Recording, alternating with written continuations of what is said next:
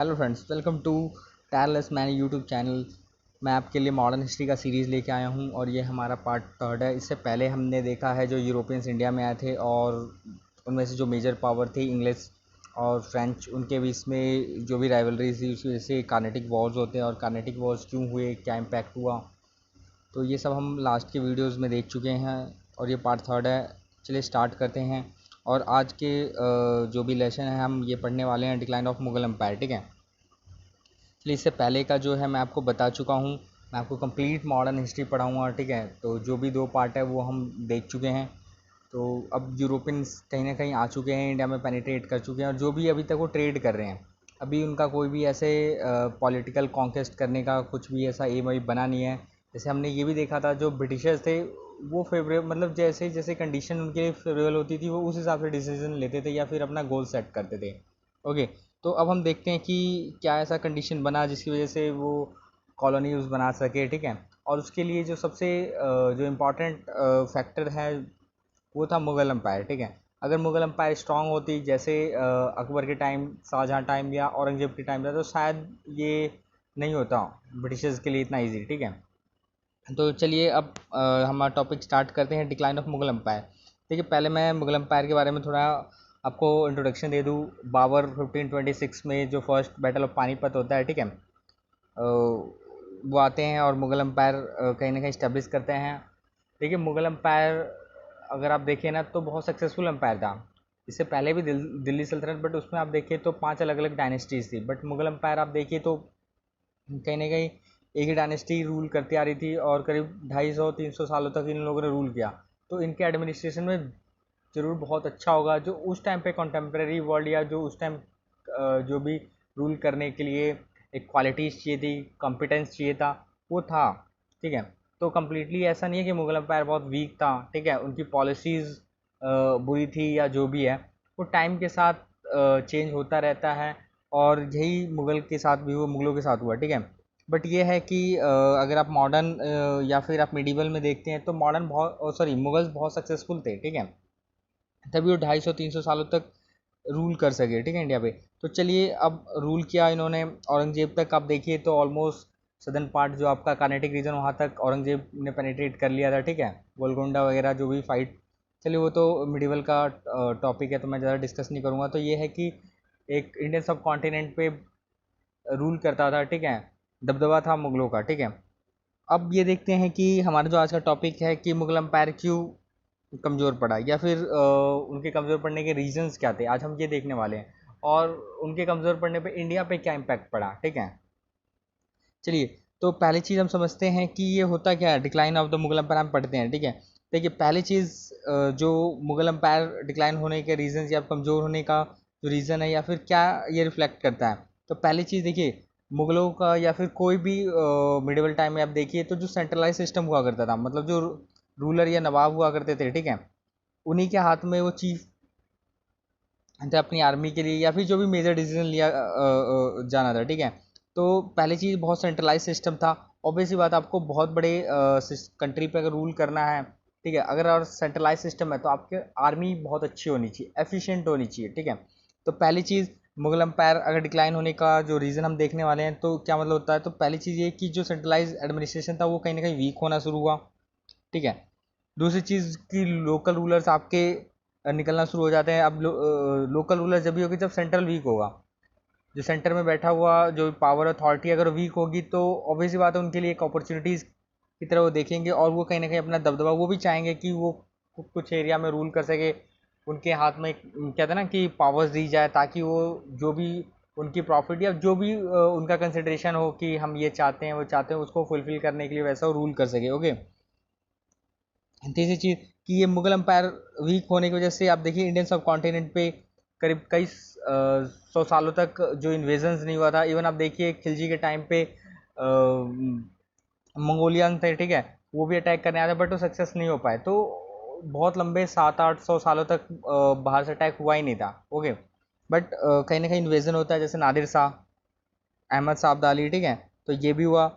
Plus में जो जाट सिख या कल्टिवेटर से कहीं ना कहीं देखिए जो ये जाट थे या सिख थे, ठीक है, जो आपके वेस्टर्न इंडिया के पार्ट में पड़ते हैं, ठीक है, ये लोग कहीं ना कहीं मर्ज होते हैं देखते हैं कि ठीक है, एक वैक्यूम क्रिएट हो चुका है, सेंट्रल पावर यहाँ फोकस कर नहीं पा रहा, वो कुर्सी के लिए लड़ रहे हैं, ताज के लिए, तख्त के लिए लड़ रहे हैं, ठीक है। तो ये सारी चीज़ें हैं, तो वो भी अपने इंटरेस्ट के लिए रिवॉल्ट कर रहे हैं कि टैक्सेस ना बढ़ाए जाएं, या फिर जो भी जागीरदार था उनकी जो एट्रोसिटीज़ थी वो कहीं ना कहीं कम हो, ठीक है। नेक्स्ट, करप्शन, माल एडमिनिस्ट्रेशन बहुत ज़्यादा। अब देखिए, जब वीक हो चुका है आपका कहीं ना कहीं जो सेंट्रल में बैठा अथॉरिटी, ठीक है, और उसका सारा कंसंट्रेशन सिर्फ उसकी गद्दी तक है, वो नहीं सोच रहा कि अच्छा एडमिनिस्ट्रेशन कैसे चलाया जाए, या फिर वो जो नोबेल्स है उनके अकॉर्डिंग चल रहा है, उनका एक पपेट बना हुआ है। कि सपोज जैसे हम देखेंगे, जब मैं आपको इन डिटेल पढ़ाऊंगा मुगल एम्पायर के बारे में, ठीक है, या फिर मिडीवल पढ़ाऊंगा, तो सईदी ब्रदर फारूक शेर को बनाते हैं। फिर आप देखें तो फिर ये निज़ाम उल मुल्क, वो मतलब ये है कि नोबेल थे, ये पावरफुल कमांडर्स है, ठीक है, ये जिनको चाहते थे वही रूलर बनता था, अगर आप लेटर मुगल्स की बात करें तो, ठीक है। तो ये भी एक, ये सारी चीज़ें भी निकल के आई जब मुगल एम्पायर कम जो वीक हुआ। ओके, साथ में साथ देखे, साथ ही साथ देखिए तो जो कॉमन लोग थे, ठीक है, या ऑफिशियल से जो उनके अंदर नॉवेल्स थे या जो मान सरदार थे, ठीक है, उन लोगों का कॉन्फिडेंस जो किंग था, एम्परर था, उनके लिए कम होना शुरू हुआ, उनको लगा इनकम्पिटेंट है, वो कुछ खास कर नहीं सकते हैं। तो ये सारे रीजंस। और देखिए, कोई भी गवर्नमेंट सिस्टम, ठीक है, कहीं कोई भी सरकार है, अगर लोगों का कॉन्फिडेंस उसमें कम होगा तो वो अच्छे से गवर्न नहीं कर पाएगी, ठीक है। तो कहीं ना कहीं सरकार का जो पहली रिस्पॉन्सिबिलिटी है वो यही है कि लोगों का कॉन्फिडेंस जीतना, ठीक है, और वो एक फेयर मैनर से होना चाहिए। चलिए आगे बात करते हैं। जो भी मुगल अंपायर जो डिक्लाइन हो, उसके रीजन से सोशियो इकोनॉमिक एंड पॉलिटिकल इंस्टेबिलिटीज आती है, ठीक है।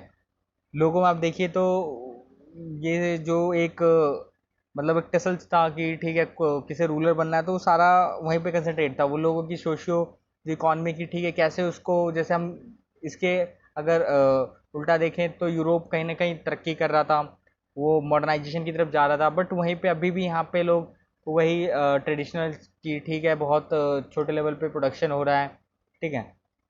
तो ये सारी चीज़ें थी। और पॉलिटिकल इंस्टेबिलिटी समझ ही चुके हैं कि ठीक है, हर कोई चाहता है कि एक सेंट्रल वीक हो चुका है, तो जो थोड़ा बहुत एरिया है, जैसे जागीरदार या जमींदार या लोकल रूलर्स या राजा से, ठीक है, उसे तो वो इंडिपेंडेंट हो जाए और अपने हिसाब से गवर्न करे। और रेवेन्यूज, देखिए मेन मुद्दा है रेवेन्यू, कि रेवेन्यू का पूरा जो भी राइट्स है या जितनी रेवेन्यूज आती है कहीं ना कहीं उन्हीं के पास जाए सर, ठीक है। तो ये सारा फैक्टर्स हैं जो कहीं ना कहीं डिक्लाइन होता है, अगर मुगल एम्पायर वीक हुआ तो ये सारे फैक्टर्स निकल के आते हैं। अब हमने ये देखा कि एक्चुअली वीक होने का की वजह से हो क्या रहा था। मुगल एम्पायर वीक हुआ तो हमने ये सारी चीज़ें देखी कि इसकी वजह से ये चीज़ आती है। अब देखते कि उस वीक होने के रीजंस क्या थे, ठीक है। पहली चीज़, जो लेटर मुगल्स थे वो कहीं ना कहीं इनकम्पिटेंट समझे जाते थे, कि ठीक है, जैसे औरंगजेब या अकबर या शाहजहाँ, ठीक है, तो वैसे नहीं थे। ओके, और देखिए इसका एक और रीज़न हो सकता है कि टाइम टाइम के साथ और पॉलिसीज़। देखिए इसके पीछे कहीं ना कहीं जो औरंगजेब पॉलिसी चला गया था वो भी बहुत हद तक रोल प्ले करता है, ठीक है, बट ज़्यादातर हम लेटर मुगल्स पे कम्प्लीटली ब्लेम कर देते हैं, बट कहीं ना कहीं देखिए उसका जो इनटॉलरेंस बिहेवियर था, ठीक है, रिलीजन को लेके, या फिर आप और भी तीन चार चीज़ों को लेके, ठीक है।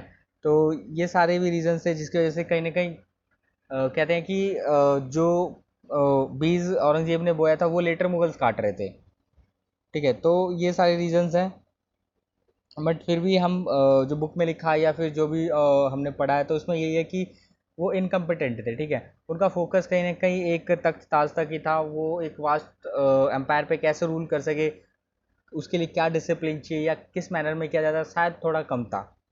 चलिए, दूसरा रीज़न था इन्वेजन। अब देखिए, जब ये वीक पड़ा था तो कहीं ना कहीं जैसे फॉरेनर से वो आ रहे हैं, जैसे नादिर शाह, अब वो अटैक करे तो इनडायरेक्टली जो वहाँ के लोकल रूलर्स हैं उनको एक तरह का मैसेज चला गया, या फिर और लोगों को कि ठीक है, मुगल एम्पायर अब वो मुगल एम्पायर नहीं रहा जो औरंगजेब या अकबर के टाइम में था, ठीक है। तो कहीं ना कहीं अब वो भी सर उठाएंगे, रिवॉल्ट करेंगे, ठीक है। तो ये सारी चीज़ें भी हैं। मैंने यहाँ पे मेंशन कर रखा, नादिर शाह वो ईरान से आया था और अहमद साबदाली अफगानिस्तान से आया था। स्टेटमेंट में कोई क्वेश्चन आ जाए तो इसलिए मैं जस्ट लिख दिया है कि आपको जस्ट पता होना चाहिए। देखिए, डिक्लाइन होने का एक सबसे बड़ा रीज़न मैं आपको थोड़ा सीरीज में बताऊंगा। जो औरंगज़ेब के टाइम पे जो उसका डेक्कन पॉलिसी था, जो बीजापुर गोलकोंडा वो जीतना चाहता था, ठीक है, ऑलमोस्ट आप देखें नॉर्दर्न इंडिया, ठीक है, वो जीत चुका था, सदन में उसका फोकस था, ठीक है, वो गवर्नर भी था ड्यूरिंग द शाहजहाँ के टाइम में, ठीक है। तो देखिए उसके लिए कंटिन्यू वॉर हुआ, चाहे मराठों के साथ हुआ या जो अफ़गानी थे, ठीक है, जो ठीक है, तो जो डेक्कन सल्तनत वाले थे उनसे फाइट किया, तो बहुत सारा पैसा खर्च होता है वॉर में। तो जो ट्रेजरी थी, ठीक है, मुगलों की, वो कहीं ना कहीं ख़त्म होने लगी, ठीक है। अब उसी के जो मुगलों की जो ट्रेजरी ख़त्म हो रही है, तो जो मानसबदार या जो नोबल्स हैं उनका एक लाइफ स्टाइल था। अब कहीं ना कहीं आप देखिए तो अगर मतलब पैसे कम हो रहे तो उनको सैलरीज या फिर जो उनका लाइफ स्टाइल है उन पर इम्पैक्ट पड़ेगा, ठीक है। तो जो ट्रेजरी वगैरह अगर खाली होने का, जो मैंने आपकी थोड़ी देर पहले बोला था कि जो औरंगजेब की पॉलिसी थी वो बहुत हद तक डिफाइन करके गई थी कि अब मुगलों का क्या होने वाला है। ओके, तो जो ट्रेजरी खत्म होने का, अब देखिए पैसे नहीं हैं किसी सरकार के पास सरकार चलाने के लिए, ठीक है, तो अल्टीमेटली उसके जो नोबल्स हैं, ठीक है, अब वो करप्शन करेंगे या फिर कहीं ना कहीं जो उनके बीच में एक टसल शुरू हो जाएगा, क्योंकि जो लाइफस्टाइल वो जी रहे थे आज से 20 साल 10 साल पहले, या फिर जो भी उनके फोरफादर्स ये एक्सपीरियंस कर चुके हैं, वो भी वही चाहेंगे, उससे बेहतर चाहेंगे, उससे कम तो नहीं चाहेंगे, ठीक है। तो इसकी वजह से फिर अलग अलग एंगल्स निकल के आएगा। तो ये भी एक फैक्टर था। नेक्स्ट पढ़ते हैं, देखिए टैक्सेस बढ़ा दिए गए हैं। अब देखिए ऑब्वियसली बात, हम पहले चीज़ देख चुके हैं कि अगर ट्रेजरी खाली हो रही है तो अब वो तो चाहेंगे जो एम्पायर है कि ठीक है उनके पास टैक्सेस आए, रेवेन्यूज आए। अब टैक्सेस बढ़ाएगा, देखिए 1/3 तो नॉर्मली लेते थे, कुछ कुछ पार्ट जैसे गुजरात के कुछ पार्ट्स में 50% लिया करते थे टैक्सेस। अब टैक्सेस बढ़ने की वजह से जो वहाँ के फार्मर्स है वो कहीं ना कहीं अब उनके अगेंस्ट जाएंगे, क्योंकि उनको तो उनके लिए तो बुराई है कि ठीक है उनसे टैक्सेस लिए जा रहे हैं। अब यही फार्मर्स, अब देखिए जो जाट सिख और ये सारी चीज़ यहीं से निकल के आती है, ठीक है, जो पीसेंट्स रिवोल्ट करते हैं। ओके, और देखिए इनका जो पीसेंट का फ़ायदा कौन उठाता? जमींदार। देखिए देखिए मैं आपको समझाता हूँ, सबसे ऊपर आप सेंटर में था एम्परर, ठीक है, जो भी मुगल एम्परर था उस, और उसके नीचे बहुत सारे नोबल थे, मानसबदार, ठीक है, और जागीरदार, और वो उन जागीरदार के नीचे हुआ करता था जमींदार, ठीक है। तो अब देखिए जमींदार क्या होता है, जो लोकल पीसेंट थे उनसे डायरेक्टली कनेक्टेड था। अब कनेक्टेड वो रिलीजन, कास्ट, लैंग्वेज, किसी की चीज़ से लेके वो उनसे एक अच्छे एक उनके रिलेशन इस्टेब्लिश थे। तो कहीं ना कहीं आप देखें तो जो पीसेंट थे वो एक जमींदार की ज़्यादा सुनते थे एज़ कम्पेयर कि रूलर की, क्योंकि रूलर पे इतना कॉन्फिडेंस था भी नहीं और वो इतना जानते भी नहीं थे, ठीक है। वो तो सडनली जो भी इंटरप्रिटेट उनके रूल्स रेगुलेशन होते थे वो जमींदारी क्या करते थे।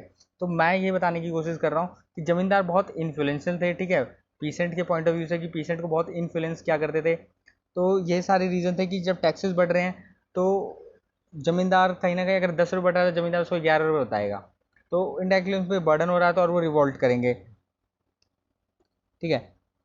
नेक्स्ट चीज़ की देखिए, जो उनके कमांडर्स थे, ठीक है, या फिर ऐसे स्टेटमेंट्स या कमांडर जो बहुत कैपेबल थे, उनको कहीं ना कहीं अंडर यूटिलाइज रखा गया, ठीक है, रिकग्नाइजेशन उनको मिला ही नहीं। जैसे मुर्शीद कुली खान, ठीक है, ऐसे और भी बहुत सारे थे कि ठीक है उनको एक अच्छा रूलर का काम होता है कि जो उनके पास ह्यूमन रिसोर्सेज है, ठीक है, उनको अच्छे से यूटिलाइज करे, ठीक है। ऐसा नहीं कि सारी फाइट औरंगजेब ही लड़ा करता था, या फिर सारी जो भी स्ट्रैटेजी थी, टैक्टिक्स थी, औरंगजेब या फिर अकबर बनाया करते थे। अब देखिए अकबर या मुगलों की ज़्यादातर आप देखेंगे जो नोबल्स थे वो उनके रिलेटिव्स नहीं हुआ करते थे, अफगानी, तुरानी, ठीक है, इंडियन मुस्लिम, ठीक है, या फिर राजपूत, मराठास, ये हुआ करते थे। तो कहीं ना कहीं आप देखिए इनको अच्छे से यूटिलाइज किया, चाहे अकबर ने किया हो, शाहजहाँ ने किया हो, या फिर आपके औरंगजेब ने किया है। तो ये सारी चीज़ें कहीं ना कहीं लेटर मुगल्स के टाइम पे बहुत कम होने लग गया। ओके, तीसरी चीज़ की देखिए, जैसे हमने बात की कि औरंगजेब के टाइम तक जो रिसोर्सेज था, चाहे ट्रेजरी फिल करने के लिए हो, जैसे खलीसा लैंड की बात करें जो कि इंपीरियल आर्मी या फिर इंपीरियल ट्रेजरी के ही लिए यूज़ हुआ करता था, ठीक है। तो ये सारे जो रिसोर्सेज थे वो थोड़ी धीरे कम होने लग गए हैं। अब देखिए जैसे वेस्टर्न इंडिया की बात करें जहाँ पे आपके पीसेंट्स रिवोल्ट करते हैं, सॉरी सिख रिवोल्ट करते हैं, जाट लोग रिवोल्ट करते हैं, ठीक है। तो ये सारी चीज़ें कहीं ना कहीं रिसोर्सेज अब कहीं ना कहीं फ्रेगमेंट होना शुरू हो गया, कि कुछ रिसोर्सेज चला गया बंगाल, मुर्शिद कुली के अंदर, ठीक है, निज़ाम के अंदर चला गया, कुछ मराठास के अंदर चला गया, तो रिसोर्सेज डिवाइड हो चुके हैं। तो ऑब्वियसली बात है रेवेन्यू रेवेन्यू वैसे ही नहीं आ रहा था, अब डिवाइड होने से और भी ज़्यादा कम हो गया। तो जो नोबेल्स है, ठीक है, वो क्या उनको सैलरी मिल पाएगी, वो ऐसे लाइफ जी पाएंगे? नहीं। तो कहीं ना कहीं वो अपना एक दूसरा वे देख रहे हैं कि ठीक है ये एम्पायर, जो भी एम्पायर है वो ज़्यादा कुछ अच्छी लाइफ दे नहीं पा रहा है, ठीक है, तो हम इंडिपेंडेंट अपने आप को घोषित कर लेते हैं और जो भी रेवेन्यू होगा वो हम अपने तक ही रखेंगे, ठीक है। तो ये सारी चीज़ें हैं। और एक और इम्पॉर्टेंट चीज़, डिफेंसिव पॉलिसी। कहीं ना कहीं देखिए जो उससे पहले औरंगजेब, या फिर आप देखिए कि पहले कुछ भी चीज़ें जैसे पीसेंट्स, उनसे टैक्सेस बढ़ाया गया। ऐसा नहीं कि औरंगजेब नहीं लेता था या फिर अकबर के टाइम पे नहीं होते हुआ करते थे, ठीक है। बट कहीं ना कहीं ये एक डिफेंसिव पॉलिसी था। अब वही अब पहले के मुगल देखिए, औरंगजेब तो बहुत खास पॉलिसीज थी उनकी, ठीक है। पनिशमेंट दिया जाता था, या फिर एक डिसिप्लिन मैनर में औरंगजेब बहुत डिसिप्लिन था अपनी लाइफ में, ठीक है। तो वो हर चीज़ को एक बहुत अच्छी तरीके से इम्प्लीमेंट करता था। तो ये सारी चीज़ें थी। मैं डिफेंसिव पॉलिसी फॉरेन टैक्स के लिए भी बोलूँगा, ठीक है। ओके, अब देखिए जो जागीरदारी क्राइसिस है, ठीक है। अब जागीरदारी क्राइसिस को के लिए एक अलग टॉपिक और मेंस में पूछे भी जा सकते हैं, ठीक है। तो जागीरदारी क्राइसिस होता क्या, देखिए जो जागीरदार थे, ठीक है, जो आप समझ ही चुके हैं कि अगर ट्रेजरी खाली हो रही है, उनको अच्छा लाइफस्टाइल नहीं मिल रहा है, तो अब कहीं ना कहीं वो उसी चीज़ को लेके थोड़े परेशान है। दूसरा देखिए, ये 2018 या 19 के प्रीलिम्स में आ चुका है कि जो जागीरदारी जो सिस्टम था वो एक ट्रांसफरेबल भी था और नॉन ट्रांसफरेबल भी था। ट्रांसफरेबल की ठीक है, जैसे जैसे मानसबदारी अगर चेंज कर दिया जाए तो वो आ जाएगा, बट कुछ कुछ लोगों को दे दिया जाता है, जैसे कि कुछ कैश में जो पेमेंट मिला करता था, ठीक है। और एक लैंड का टुकड़ा दे दिया जाता था। जो मान सरदार आप समझिए सबसे ऊपर है नोबेल, सॉरी सबसे ऊपर है मुगल एम्पर, ठीक है। उसके नीचे कई सारे मान सरदार हुआ करते थे। उनका काम होता था आर्मी मेंटेन करना, ठीक है, वॉर लड़ना, ठीक है। तो अब उनके लिए कुछ पैसे दिए जाते थे, ठीक है, या फिर पैसे नहीं होते थे, मतलब कैश में नहीं दिया जाता था, उनको एक लैंड असाइन कर दिया जाता था कि ठीक है ये ज़मीन आपका है, तो वो जागीरदार बन जाते थे, ठीक है। तो वहाँ से जो रेवेन्यू कलेक्ट करते थे, उस रेवेन्यू जो कलेक्शन होता था उससे वो आर्मी मेंटेन करते थे, और जो उनका स्पेंडिंग हुआ करता था वो उस पर अपने सारे चीज़ें किया करते थे। ओके, तो अब देखिए कुछ जगह तो ऐसा था कि ट्रांसफरेबल की ठीक है, अभी किसी एक बंदे को साइन किया गया वो लैंड, और फिर थोड़े टाइम के बाद किसी और को कर दिया जाएगा। ओके, तो ज़्यादातर लोग या जागीरदार ये सोचते थे कि ये ज़मीन बस हमें दे दिया जाए, कि अब मैं रूल कर रहा हूँ, फिर मेरे बच्चे रूल करें, और ऐसा एक हेरिडिटरी उसको बना दिया जाए, ठीक है। तो जो नॉन ट्रांसफरेबल था, ठीक है, तो उसमें ये सारी चीज़ें मेन पॉलिटिक्स आने शुरू हो गई कि अब वीक हो चुका है मुगल एम्पायर, ठीक है, तो क्यों ना हम इसको इंडिपेंडेंट अपने आप को घोषित कर ले, और ये एरिया बस हमारा ही है, तो अब इस पर पूरी तरीके से हम ही रूल करेंगे। और ऐसा हुआ भी है, बंगाल हैदराबाद का केस देखिए तो, ठीक है। अब एक और चीज़ की, जैसे मैंने अभी थोड़ी देर पहले बताया कि जो नोबेल्स थे, ठीक है, उसमें ज़्यादातर आप देखिए तो बाहर के थे, जैसे ईरानियन थे, तुरानी थे, ठीक है, राजपूत राजा थे, मराठास भी थे। तो आप देखिए तो जो मेजर चंक था अगर आप देखेंगे, ठीक है, जो एक कहते हैं ना बेस था उनका, तो वो कहीं ना कहीं ईरानियन और तुरानीस थे। ईरानियन ज़्यादा सिया थे और सुन्नी तुरानीस थे, ठीक है। जो मुगल थे वो भी तुरानीस थे, याद रखिएगा, जो औरंगजेब शाहजहाँ अकबर ये तुरानी से, ठीक है। तो अल्टीमेटली ये एक जो नॉवेल्स है, अब इनके बीच में कॉन्फ्लिक्ट हो रही है, एंड मोस्टली मतलब ठीक है, ये बहुत एक दूसरे से नफरत करते हैं, ठीक है। जेलस वाले एक फीलिंग्स हैं, ये दोनों में से एक हमेशा एक टसल रहता था कि जो एम्पायर है उस पर ज़्यादा इन्फ्लुएंस कौन ज़्यादा इस्टेब्लिश कर सकता है, या फिर तो इससे होता है क्या, उनके जो पर्सनल इंटरेस्ट है या फिर अपनी बातों को ज़्यादा एक इम्पॉर्टेंस देना, तो इसमें इनके बीच में एक कहीं ना कहीं आप देखिए एक टग ऑफ वॉर चलता ही रहता था।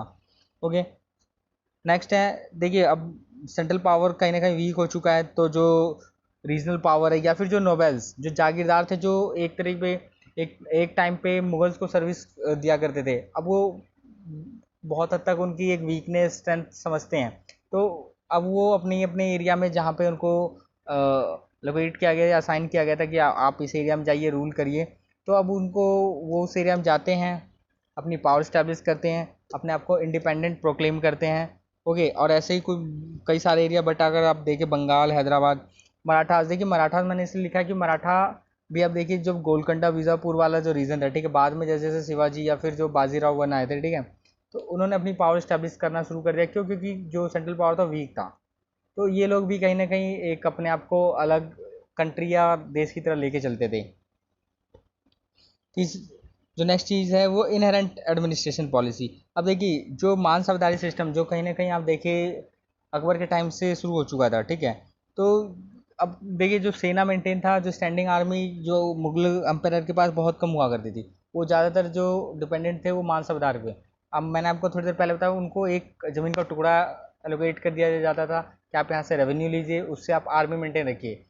क्योंकि ऑब्वियसली बात, आप सपोज दैट मान लीजिए कि हैदराबाद में वॉर स्टार्ट हो जाता है, तो अब दिल्ली से थोड़ी ना आएगी सारी आर्मी, तो ठीक है जो हैदराबाद के निज़ाम हैं वो कहीं ना कहीं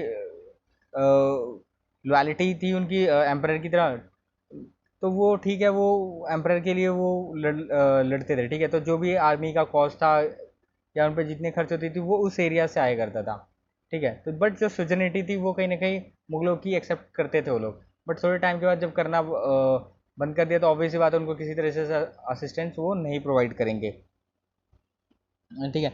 तो कहीं ना कहीं देखिए यही एक मान सरदारी सिस्टम जो कहीं ना कहीं लोकल रूलर या फिर मान सरदार पे बहुत ज़्यादा डिपेंडेंट थे, जब ये कहीं ना कहीं रिवॉल्ट करने लग जाते हैं, बिट्रे करते हैं, तो मुगल एम्पायर इतने पावरफुल नहीं था कि वो इनसे फाइट कर सके। आपको लगेगा कि ठीक है पहले राजा इतना था, तो जब ये कहीं ना कहीं इनके अगेंस्ट जा रहे हैं तो क्यों आर्मी पावर नहीं दिखाया मुगलों ने, ठीक है। तो वो पॉसिबल नहीं था अगर आप देखें तो, ठीक है।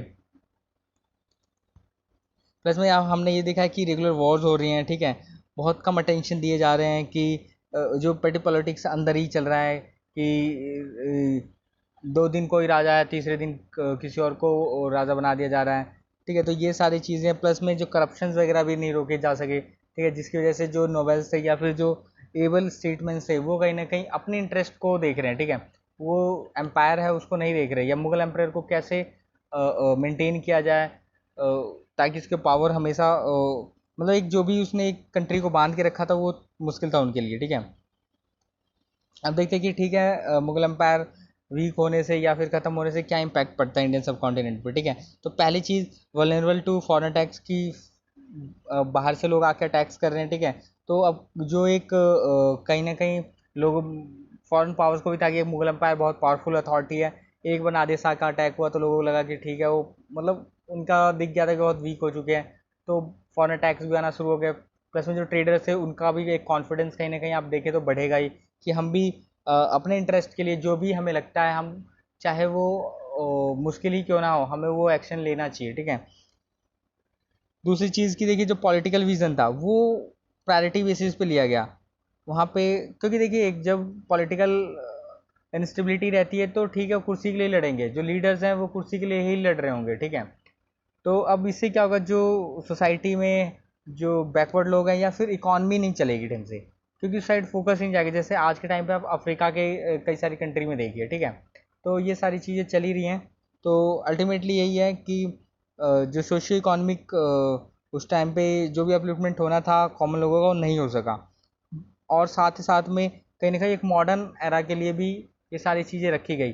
देखिए अगर मॉडर्न सॉरी मुगल एम्पायर अगर स्ट्रॉन्ग ही होता तो शायद ब्रिटिशर्स के लिए ईजी नहीं होता, और जो भी हो रेलवे पोस्टल और भी बहुत सारी चीज़ें हम देखेंगे, ठीक है। तो ब्रिटिशर्स क्या क्या इंडिया में लेके आते हैं तो वो सारी चीज़ें शायद ना आती, ठीक है। तो हम ये भी देखते कि मुगल एम्पायर वीक होने से कहीं ना कहीं इंडिया एक मॉडर्न एरा की तरफ बढ़ रहा है। बिल्कुल एक्सप्लोइट हुआ है बट कहीं ना कहीं कुछ चेंजेस तो आए हैं। बड़ा एम्पायर टुकड़ों में बट रहा है जिसकी वजह से कहीं ना कहीं सक्सेशन की, ठीक है, कौन गद्दी पे बैठेगा, ठीक है, इसके लिए वॉर कंटिन्यू लड़ रहे हैं, अब आपस में लड़ रहे हैं तो बाहर वाला तो फ़ायदा उठाएगा जो कि फ्रेंच और ब्रिटिशर्स ने किया।